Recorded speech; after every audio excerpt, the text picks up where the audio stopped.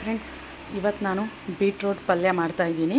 ಈಗ ಬೀಟ್ರೋಟ್ ಪಲ್ಯ ಮಾಡೋಕ್ಕೆ ಬೇಕಾಗಿರುವಂತಹ ಪದಾರ್ಥ ಅಂದರೆ ನಾನು ಒಂದು 3 ಬೀಟ್ರೋಟ್ ತೊಗೊಂಡು ಅದನ್ನು ಚೆನ್ನಾಗಿ ಸಿಪ್ಪೆ ತೆಗೆದು ವಾಶ್ ಮಾಡಿ ಇಟ್ಕೊಂಡಿದ್ದೀನಿ.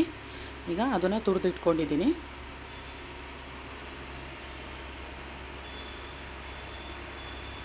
ಜೀರಿಗೆ, ಈರುಳ್ಳಿ, ಟೊಮೊಟೊ, ಕೊತ್ತಂಬರಿ ಸೊಪ್ಪು ಮತ್ತು ಹಸಿಮೆಣಸಿನ್ಕಾಯಿ ನಿಮ್ಮ ಖಾರಕ್ಕೆ ತಕ್ಕಷ್ಟು ನೀವು ತೊಗೋಬೋದು. ರುಚಿಗೆ ತಕ್ಕಷ್ಟು ಉಪ್ಪು,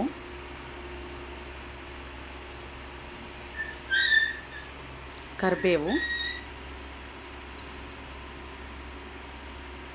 ಮತ್ತು ಎಣ್ಣೆ. ಈಗ ಹೇಗೆ ಮಾಡೋದು ಅಂತ ನೋಡೋಣ. ನಾನು ಒಂದು ಬಾಣಲಿ ಇಟ್ಟಿದ್ದೀನಿ. ಅದಕ್ಕೆ ಎಣ್ಣೆ ಹಾಕಿ, ಜೀರಿಗೆ ಹಾಕಿ ಮತ್ತು ಹಸಿಮೆಣಸಿನ್ಕಾಯಿನ ಹಾಕಿದ್ದೀನಿ. ಈಗ ಈರುಳ್ಳಿನ ಹಾಕ್ಕೊತಾ ಇದ್ದೀನಿ. ಈರುಳ್ಳಿನ ಹಾಕಿ ಚೆನ್ನಾಗಿ ಫ್ರೈ ಮಾಡಬೇಕು.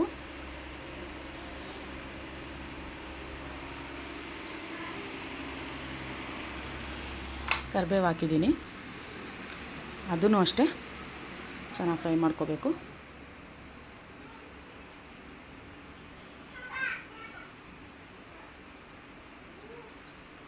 ಈಗ ಟೊಮೊಟೊನ ಹಾಕ್ತಾಯಿದ್ದೀನಿ.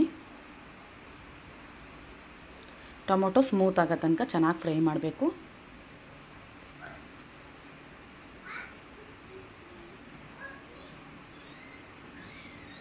ಈಗ ಬೀಟ್ರೋಟ್ ಏನು ತುರಿದು ಇಟ್ಕೊಂಡಿದ್ವಲ್ಲ, ಆ ಬೀಟ್ರೋಟ್ನ ಈಗ ಹಾಕ್ತಾಯಿದ್ದೀನಿ.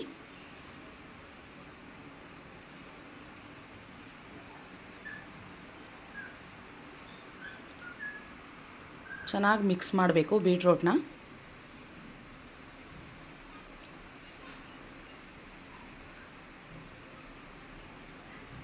ನೋಡಿ, ಈ ಥರ ಚೆನ್ನಾಗಿ ಮಿಕ್ಸ್ ಮಾಡಬೇಕು. ಈ ಥರ ಮೇಲೆ ಕೆಳಗೆ ಮಾಡೋದ್ರಿಂದ ಅದನ್ನು ಚೆನ್ನಾಗಿ ಬೇಯುತ್ತೆ.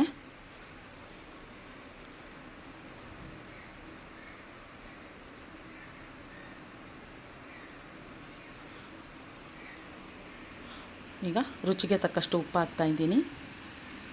ಉಪ್ಪು ಹಾಕಿ ಮಿಕ್ಸ್ ಮಾಡೋಣ. ತಳ ಹಿಡಿಯೋಕ್ಕೆ ಬಿಡಬಾರ್ದು. ಆ ಥರ ಚೆನ್ನಾಗಿ ಮಿಕ್ಸ್ ಮಾಡ್ತಾ ಇರಬೇಕು ಬೀಟ್ರೋಟ್ನ ಅವಾಗವಾಗ.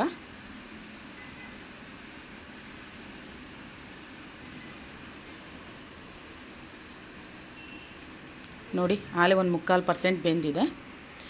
ಇವಾಗ ಕೊತ್ತಂಬರಿ ಸೊಪ್ಪನ್ನ ಹಾಕ್ಕೊತೀನಿ. ಈಗ ಕೊತ್ತಂಬರಿ ಸೊಪ್ಪನ್ನ ಹಾಕ್ಕೊಂಡು ಅದನ್ನು ಕೂಡ ಚೆನ್ನಾಗಿ ಮಿಕ್ಸ್ ಮಾಡ್ಕೋಬೇಕು.